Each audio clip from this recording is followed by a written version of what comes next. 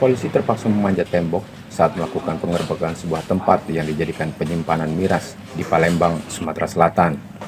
Penggerbekan dilakukan di dua tempat terpisah di 10 Ulu setelah polisi mendapat laporan tentang peredaran minuman keras di dua tempat tersebut yang salah satunya toko sembako.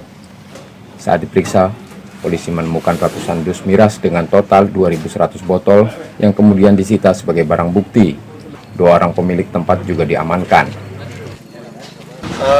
Kegiatan kita dari Polda Sumatera Selatan dalam rangka operasi pekat, di mana pada bulan Ramadan melaksanakan operasi pekat, kita menyita ada 114 dus minuman keras, ya, gunanya untuk menghindari yaitu tawuran didasarkan oleh mabuk-mabukan dan menunjukkan keberadaan kita di tengah-tengah masyarakat bahwa kita mengamankan masyarakat di Sumatera Selatan dalam melaksanakan ibadah puasa, biar puasa ini melaksanakan dengan hikmah dan tidak ada gangguan apapun.